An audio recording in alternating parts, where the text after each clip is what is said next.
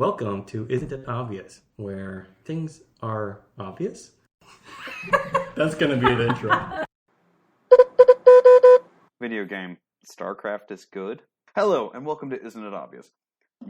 Whenever you ingest this podcast about things? Stuff.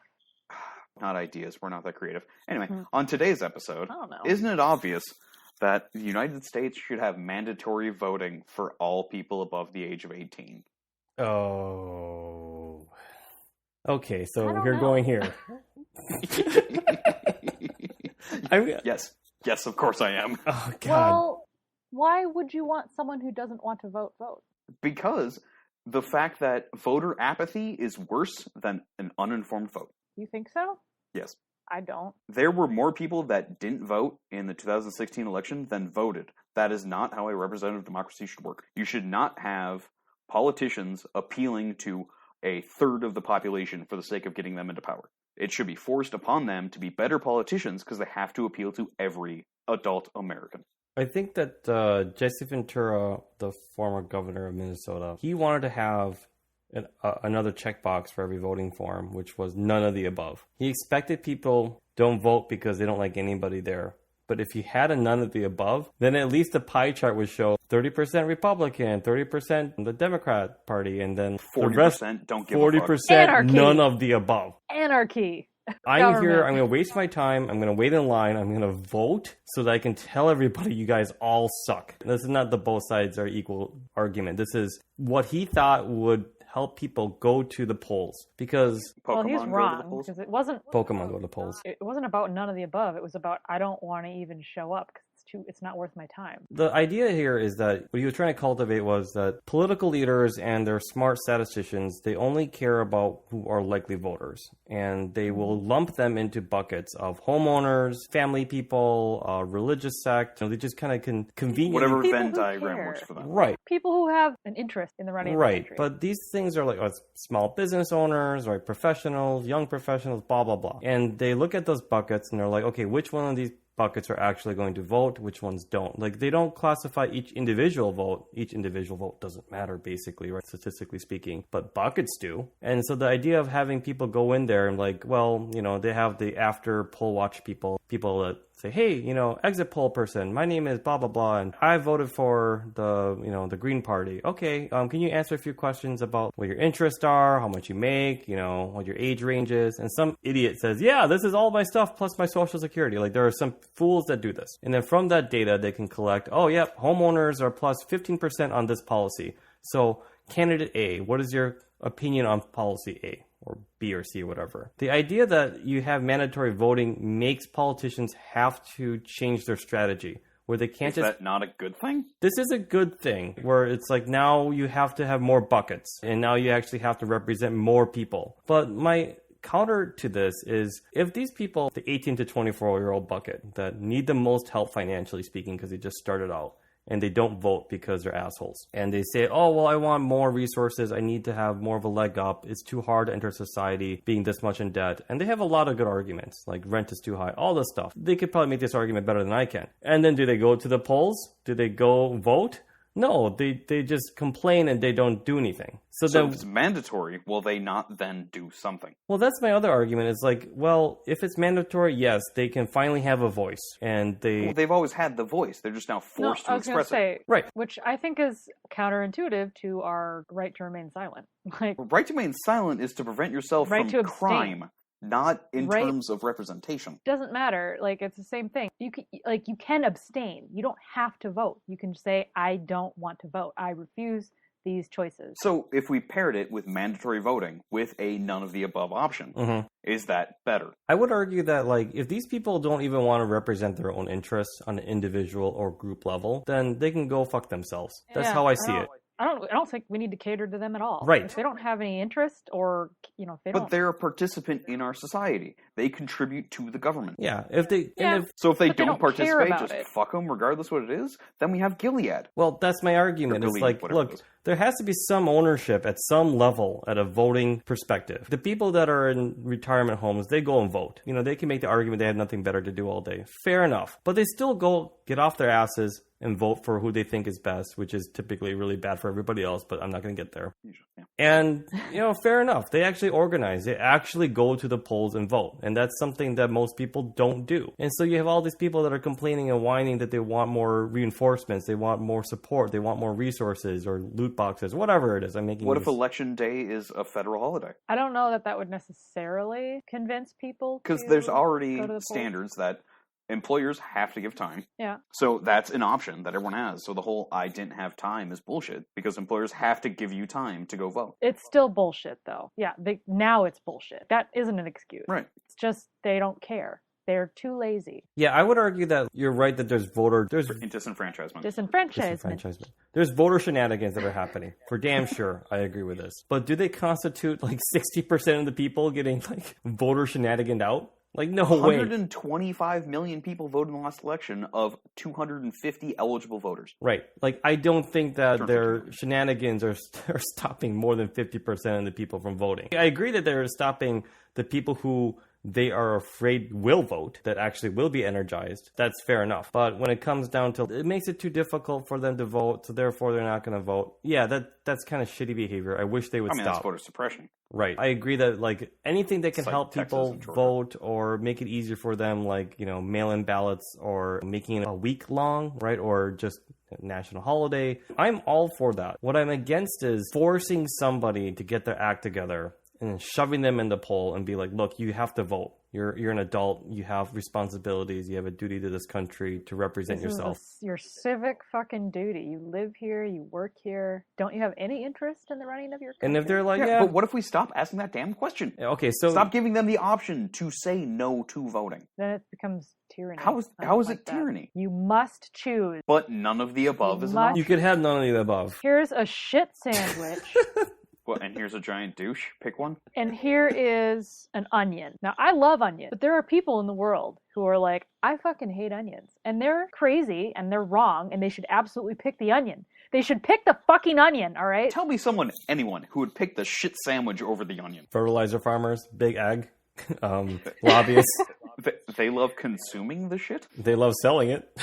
But what if they don't want either, Micah? What if they hate both Then of these? none of the above is an option. Is it, though? It would. How is it not? Actually, this would be a clever idea because you still get the data from the pollsters that are trying to collect the exit polls. And then they say, who'd you vote for? Right? And then if they don't say go fuck yourself, which is the correct answer, and they actually say something like, oh, I voted for none of the above. And then they say, oh, that's interesting. What's your background? Oh, you actually fit in this very large bucket, which is... You are a homeowner that is in their early 30s. Right. Or you are starting a family with a kid or something. 55-year-old white man that owns a business, right? Like, oh, well, wait, actually, we want to siphon votes from the go fuck yourself, none of the above. And if we just introduce more policies that can entice you to vote for us, yeah, we'll fight for you if it's not too much for us. And does that not make our representative democracy stronger because they have to appeal to more buckets? I agree with that. I think that the very fact that you have to appeal to more buckets by changing the game would make it better for everybody all around, because now they're just not catering to people that are in retirement homes. They're actually catering to the people that live and work. They have to cater to everyone. Right. I'm not disagreeing that this wouldn't be a good, I think it would be a good... So it's obvious. No, I think it's not. I think it would be a net good. Net positive. A net positive. Yeah, and I'm a socialist. I'm all about net positives. And yeah, that's your philosophy, and it's a valid one, and it's actually a good one. Ooh, it's good and valid. But I don't think it's not the America we live in, though, Mike. As a libertarian... Right. America we live in sucks, and I want to change it. That's why. Yeah, but as a libertarian, I have to say that forcing somebody to do something kind of is a shitty thing to do. It is. Like the very fact that... I don't care about that. I know. I don't. This is... I know you don't. You're the asshole person in that I in the want HOA. the greater good, damn it. You're the asshole president of the HOA who's like, nope, we're going to do this. You don't have a choice, and you're going to be assessed for it, and you're going to be paying for it. I think that's fair because... You're like, but I don't have fucking this. This doesn't apply to my property. Why are you taxing me for it? Because eventually it will apply to your property, and then you'll be glad it it's does, there. Overall, it does, actually. And that's the argument you would use. But single-parent health care, because eventually you'll be sick. But they don't want to hear that, because they're like, but I don't have... because they're children who think that libertarian is a good political plan to have. Hey, as a man-child... Libertarian is a good plan to have. And this is why This is why I agree with your philosophy, Micah, but I just... That's why we need to make it fact, not philosophy. Come on, Sarah. The revolution starts with you. No. I'm saying that the people... The other people who live here do not share your philosophy. More and more people do. And if you have it where there's a decade of forced voting, people will be more politically savvy and people will be more politically engaged. I'm not saying that it doesn't have to happen in perpetuity. Give it a generation. So much positive. Like, you have way more faith in humanity than I do. Actually, no, it just... I really don't see how we maintain a representative democracy and have such a disenfranchised voter base that gives zero shits of the corruptness that's actually happening in a representative democracy. I want a true democracy because why the fuck not? It can't be worse. My response to this is that if you have mandatory voting, which I'm sure other democracies implement, it's because it's a good one I know of. Australia has right, yep. And they had to make the sale of alcohol illegal on voting day because people would just get drunk then go vote, and I think that's fucking hilarious. Yeah. It's very Australia. It's fucking great. Australia is the best and worst of, like European civilization. I really do agree on the net positive of this because, again, more buckets, more representation, especially if you have starts with you, Phil. Especially if you have the none of the above option, right? It's a big FU to everybody involved. There's a couple things that I don't like about it, such as by law and penalty and threat of imprisonment. Fine. No, just fine. Fines. Not imprisonment. Just financial. Hit him in the wall. The thing that nothing big, but it stacks. If you don't vote for 2 elections in a row, it triples or something like that. But how are you gonna collect that? Taxes. They are then taxed because every vote is tied to the Social Security number that is tied to their income, that is tied to what they would pay in taxes. Right. All right. I'm sure that's going to piss off a lot of people, though, who really probably. Don't want to vote. Then get off your ass and vote, and you want to deal with this fucking fine. Yeah, there has Pretty to much. be some... Then they'll lobby, and then they'll revoke that law, and then it'll go back to the way it was, and they can go back to being but that won't happen uninvolved. immediately. Right. It won't be just 1 year where you have mandatory voting. Again, a generation. All I want is 20 years. Right. I think that the idea is that you have to make it as easy as possible, too. So no more shenanigans, no more voter type of everything's a mail-in vote. Right. And you make it as simple as possible, and you're essentially treating people like children. Yeah. Yeah. Well, lowest common denominator. So these children that you're asking to vote and make decisions in our country. This seems counterintuitive, right? Okay, so the people who do vote, they're a little bit better than children. They may be that's gracious. They are misguided children. Actually, in some cases, I would rather have a child vote because, Well, here's the thing. Trump would definitely win because his last name is funny. They don't get the humor in Clinton. But Obama would win, hands down. Right? Man. He'd win a good 5th term. Oh, Obama. It's so fun to say his name. Yeah, it is. The baby. It's kind of like Woodrow Wilson. That alliteration. Yeah, that alliteration is super catchy. Yeah, we're going to have a different crop of candidates for sure. I know. Oh, God, Jim Jordan's going to win president then. Fuck, this is already backfiring on me. Jim Jordan's a great name. Okay. Yeah, for a horrible person that totally allowed many student athletes to be raped by their doctor. Yeah. So you have good guy. So you're gonna have people just like solid that politician. Just But hey, he at least will fight every battle for Ted Cruz, or so Ted Cruz says. I think the other issue though is that there's gonna be a lot more, unless he insults his wife, low information voters that are just gonna be single issue voter. Sure, that's all they care about. Tell me why Catholics voted for Trump in 2016. Because they did for a single issue, abortion rights. Well, okay. As a recovering Catholic, I have to say this much. For all of the other religions, Catholicism voters in the U.S. are at least split 50-50 between Democrats and Republicans. Would agree. It's an evangelical group 50-50? that we really don't like. There's a difference between fundamentalist Catholics, too, super religious ones, and then the Catholics who are like, yeah, I'm Catholic, and then never go to church. And I'm Catholic in name only, the sign off. Yeah. No, we call them I got Easter Christmas Catholics. They only go during the highlights. Oh, you're just a Lutheran Christmas, at that point. Christmas, Easter. No, you're not. As a recovering Catholic, Catholic, Lutheran with more shame. Yeah, okay. More shame and more rituals, but yeah. But it's an evangelical rituals voters. in Lutheranism. There's 2. Yeah, Christmas and Easter.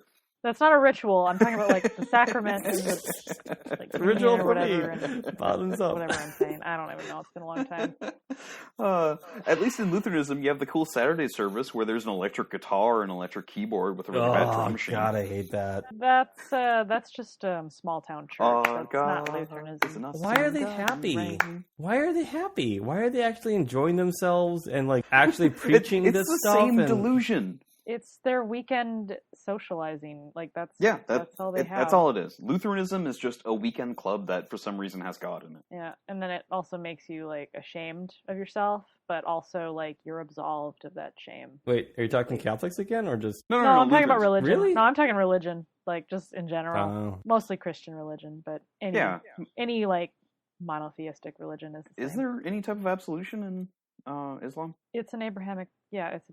But they don't believe in a devil per se, much like Judaism doesn't actually believe in a devil, a fallen angel that is the antithesis of God. Well, they do. I believe have Satan. I think. God, it's been a long time since I fucking took. I mean, I know there's like devil as an evil being, but I don't think it's of the same power as Allah or Yahweh. Like there is no Satan in Judaism. Satan isn't as powerful as God, Micah. He's just an unhappy exile. I always thought, but there is no morning star in Judaism. True, that's true. I don't think there is the equivalent in Islam. There's no great corrupter. Islam includes the New Testament. So Judaism branched off into Christianity. Christianity follows the Old Testament, but only kind of, and has the New Testament, which is what they follow. And then there's Islam, who came after that, and they believe in both the New and Old. But they don't believe in the New Testament because Jesus is not the Son of God. They do. Jesus is just a prophet. Yes, exactly. Right. Yes, but so they take out all the divinity, thus they don't follow the New Testament. Because the New Testament is all based around the divinity. It's still a book of. It's still the Bible. It's still. But where in the Bible is Satan? The New Testament. Well, no, actually, the Old Testament. Yeah. The serpent in the Garden of Eden. Well, there's also Lucifer, and that was in Genesis, right? No. Yeah, the corrupter. Yeah, right? Yeah. Old Testament. Which Satan, in its origin, was the betrayer. But they have Iblis in the Quran, which is basically their equivalent of Lucifer and the Morning Star. Okay, can I ask this very simple question? So is God like the shepherd and then like Satan is like the sheepdog? No. Well, no, but if you think about it, like the sheep that... God is the shepherd. He has his prophets and those he touches that are sheepdogs. And Satan is like a rival shepherd. No, Satan is like a wolf who wants to eat the sheep. Okay, but all right, in religion, but there's the corrupting nature. He was originally supposed to be the sheepdog, but he went feral and decided he was going to eat the sheep instead of corral them into God, can I believe in that religion? That religion seems fun. All right, but from a bigger picture perspective, if you have someone like Hitler and he goes to hell, and Satan's there, pokes him with like the trident, right? Pitchfork. No, it's a pineapple at the ass. All right, the whole works, right? The supreme package. Whatever. And the thing is, Satan is providing a value-added service because he is torturing bad people. So he's kind of working for God in a sense because God doesn't have to get his hands dirty about tormenting these souls forever because they're horrible beings. He can have Satan do that. And Satan's doing a great job, right? So like, it's of the same concept that harder for a rich man to get into heaven than it is for a camel to go through the eye of a needle. Socialism is ingrained in Christianity. Yep. And the whole point of Satan is he will give you the earthly pleasures that you desire, but you lose your eternal soul and the glory of the afterlife because then you are banished to hell and you go through all of those tortures. And the reason is because he hates humanity. Because they are the chosen. Humanity usurped what he saw as God's love for his angels. Which is silly because angels aren't supposed to have free will, but apparently he did to rebel. So God actually created Satan for the sake of having don't try to logic with these people, all right? He's a sheepdog. No, I'm just saying God is an asshole. He's a kid with a magnifying glass. So he's not providing a service. What he's doing is spitefully taking souls from God. That's all he's doing. And he tortures them because he hates them, not because he's punishing them for disobeying God. He's punishing them because he hates them. Because again, angels have free will so they can love and hate as they please, as opposed to just serving God. But doesn't that defeat the purpose of why Lucifer was... Yeah, logic. I'm agreeing with Sarah. Okay, don't apply logic. All right. So, but back to the point, even with this, it's better to be Satan for a generation by forcing people to vote than it is to not have this and lack the social engagement and representative democracy that we currently have now, which apparently is God. Am I getting your analogy right, Sarah? No, that wasn't my analogy. That wasn't my analogy. Stop putting words in my mouth.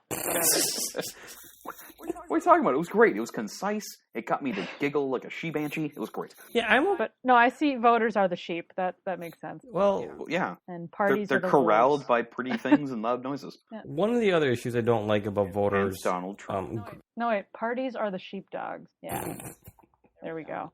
All right. Parties are the sheepdogs? One of the bigger issues I have with mandatory voting Corralling the is sheep that voters. if you have people who are not going to be well informed about the decisions that they want to make, they just But there are people that vote now that aren't well informed about the decisions that they make. Yeah. This is true. Maybe they're, what's less than well informed? Misinformed? Anyway. So Brainwashed? brainwashed. So you're going to have a bunch of people go in. And what I'm concerned about is that they're going to not just vote against their best interest, but just most of them are just going to vote for whoever is going to do less taxes because they're children. So one of the things I wanted to mention in the county that I live in is lots of people move here because they want to have their kids go to an okay school. Well, an okay school costs a shit ton of money. Like, this is not something that just happens. Property tax will have to be raised in order for this to happen. And so people have to pay more of their money. And just a heads up, Minnesota pays more in this tax than California does. So I think by almost double. So it's not trivial. And Yeah, but we also have like half as many people. So yeah. But we have spread half as out many over- people. We don't have the same type of infrastructure projects that California has. we do have an extensive road network, though. We and do. it which is constantly expensive. needs repair. And we don't have a lot of people. Constantly. But that also employs a bunch of Minnesotans, so those tax dollars are put back into the state.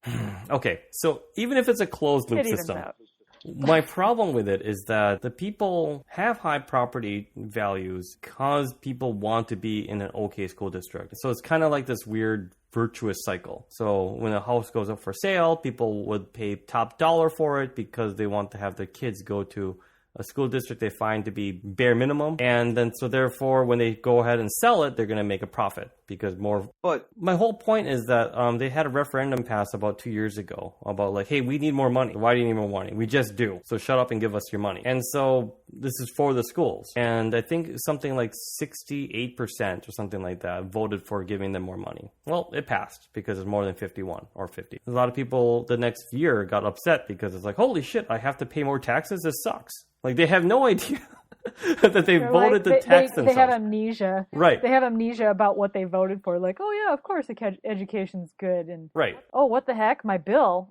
But but for the sake of, as a counter argument to this, some candidate comes up and be like, I will lower all of your taxes, and they will neglect saying that all schools will suffer, as opposed to state property taxes will go up, but will benefit all schools in the state. yeah. So if you have, X property and an X building and all of that, taxes come around. Will that not stimulate more moving and integration and balancing the cost of housing because people will move to other areas to balance that out? Not necessarily. Depends where they work. Depends if they're stuck. Like if they can't move because they don't have the funds or they can't sell or they're, whatever. There could be other reasons. I mean, that's the current housing market. Right. in Yeah. Our current area now. Well, and no, I don't. It could load You level. might get some. I don't think but- people want load leveling. I think people just want high quality service for no extra cost. Expect more, pay less. Expect more, pay less. This is what people. Target Oh God, slogan. should we just be TJ Maxx? Is That's that pay Target. less? Okay, I don't know or care. but I thought it was Target. but my point is, like, I agree.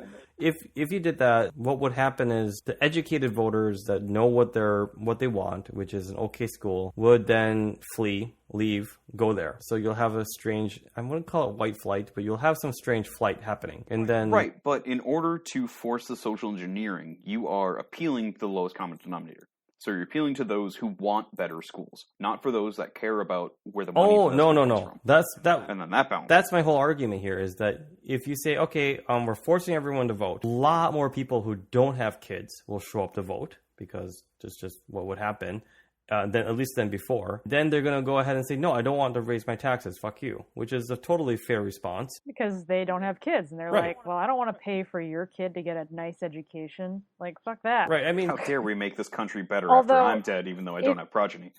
I was going to say, if it makes you feel better, I voted yes on that referendum despite not having kids because I'm also not an idiot and I realized that yeah, you want to have a... I want And higher if more education. people voted like that, I wouldn't want to incite the fact that we should have mandatory voting. voting. But people are dumb. But people are dumb. So what will happen is that they will lose They'll referendum vote no. of the school. So then you're going to attract less quality, like less families are willing to pay top dollar, which means that overall the property value of the whole city will go lower because they're all going to... Or even the region of the city. Or a region of the city, or maybe, yeah. So they're just going to... It's going to decline. So now you're going to have not a virtuous cycle, but No, but you'll have an opportunity for other lose... people to move into that area to provide off of that school bonus. But the people who wanted lower taxes lose money on their equity, Bingo. On their house, and they don't realize it. Because suddenly the whole only reason why they can sell for a top dollar for these rubes that are moving in the school is good. Is because the schools are okay, right? But then they have other investment opportunities in the poorer areas that will then gain an equity. Not the people that are currently living here, though. No, because they don't want to pay taxes. They don't want to pay for top dollar stuff. So then that means that, okay, well, you have all these yuppies that are moving in here that have money and are willing to pay for it. So then they're going to spend that money locally in the city. So therefore, the money flushes inside. You take those rubes away, then the whole city will suffer from it. And now your total tax dollars coming in isn't that much. So then you have to cut down parks, you have to cut down services and make this place nice. And then that's a declining cycle or a death spiral. And so now you're going to get less revenue because you have a shittier place. And then now it's just going to be way worse than when you had started off on. But where are those people going to go to then? They're going to go to the next nice school district. Nice. But if if they go to the nice school district, then that tax will still increase. But they also might not be able to afford the nice school district. So they'll go to another poorer area. But they'll still have to pay less, but they'll just continue to go down the line of poverty until they're I have swimming in their own $400,000 home. With this, my tax would go up by 15%, throwing out random numbers of drastic tax increase. I then put my house on the market for the $400,000 that I think it's worth. I get a buyer. Am I going to go for a $500,000 home, or would it make more sense to go to two or three $200,000 homes or less in poor areas? Wait for that to rise up because other people will take that same advantage. Okay. Owning property and using it as investments to raise up the lower areas of the city. Yeah, because if this whole tax increase affects the whole state, that will affect that. Well, it depends. If you're a single person and you're like into flipping houses, then not even that flipping works. houses, just owning property for the Whatever, sake of there will be that balance. But you don't want to do that if you have kids. Right. And you don't want to do that as a civic leader. You don't want to have people, I hate to say it, but you don't want to have people become flippers or also people who own a bunch of homes and rent. Because what happens is that you're going to have people that are not well invested in that community, and there's a significant blowback for people who rent, and then like, I'm going to move in and my neighbor is a renter, and then it's like, well, I don't want to do that. I'm just going to drive 30 miles more to get to my work site because I'm a crazy person. And so you're not going to attract yuppie dollars to go inside your city. So your whole value of the city's tax base is going to go lower. So it's, again, another death spiral. So what's happening, I'm trying to explain here, is that like, there's a lot of weird balancing systems that are occurring. And one of the major attractions, at least for this neck of the woods, is the voters that are dumb, they go ahead and vote against their best interest, or they go ahead and stay home. And the voters that are smart hopefully outnumber it and say, look, it's better that I invest more for my kids because then... Or my neighbor's kids. Or neighbor's kids, right. But, okay, fair enough. Right, the referendum passed. But if you had mandatory voting, I will bet dollars to donuts or my next paycheck that referendum would have failed. And then now you're talking about what's going to happen next, the next 5-10 steps, which is everyone kind of suffers for it. So they don't like... People don't think ahead. They don't have that. They can think one step, but they can't think 3 or 4. Right. Bill Clinton, he was like the youngest governor of Arkansas. And he was governor for like, I think 1 term, and he couldn't get reelected because he noticed that the state infrastructure for roads were so poor that he was going to raise the gas tax by 2 or 5 cents to be able to pay for the roads that desperately needed to be repaired. And he was overwhelmingly voted out. Like, this is not that much like he calculated, like at the end of the day, the people are going to pay less than a cup of, coffee or something, like once a month sort of thing. And it would improve the efficiency. There would be a lot more value added activities. Like it would be generally better for all the services. They're going to attract more business, like all these great things you could have when you don't have potholes everywhere. The average person would have to pay much more for their car repairs because these potholes are damaging, right? Yeah, no. Wheels aren't exactly a couple of coffees a month. Right. So he's like, this is a net benefit for everybody if everyone just chips in. Overwhelmingly lost. Mm-hmm. And then he went around and canvassed and he said, hey, what's happened? Bob, I thought you were going to vote for me. He's like, oh yeah, but you said you weren't going to raise taxes that much and you did. And that's why I didn't vote for you. That's the only reason why. Like, you're a good Right. guy, but, you did raise taxes, so screw you. But in that, he's on the old model of dealing with small buckets, because he's not expecting everyone to vote. If you have everyone to vote, you have to explain it to the dumbest person among them. So what you just explained would have to be introduced to every one of his potential constituents, as opposed to just the ones that would vote. Good luck getting them to sit still long enough to listen to you talk. And I would... That's where your advertising goes. But I would argue that most single-issue voters isn't going to be about guns and birth control and things like this. Again, I don't know. I'm not a canvasser. But I would also argue that many of them are just going to say, don't raise my taxes, asshole. And that's all they care about. And that's all they care about. And that is your lowest Their information bottom line. voter. The end. And then they're going to say, well, who is the party that raises my taxes? Is it the tax and spend party, or is it the free market party? And so they're just going to vote themselves in a shittier situation and then realize, hey, when I had a child, that bill was $10,000 even with insurance. That sucks. Oh, well, right? Like, they don't make the connection that, like, well, that there's one party Maybe if we had single-payer health Right. care, There's one party this that actually... would be, like, free. Right.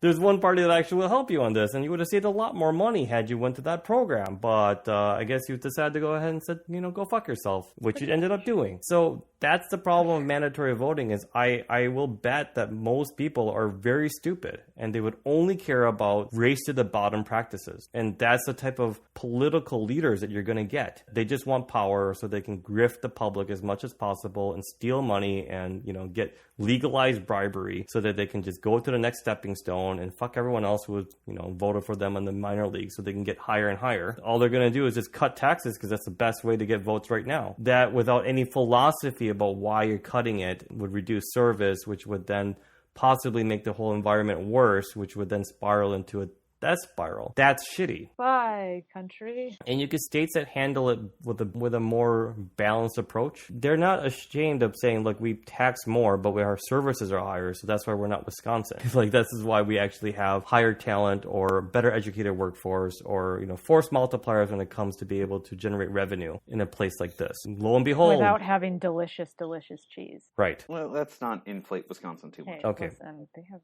It's not that delicious. Okay, but I like cheese, so that's That's what they're known fine. I'm just saying, Crystal Farms is overrated. I agree. And on that note, Crystal Farms, I await your lawsuit.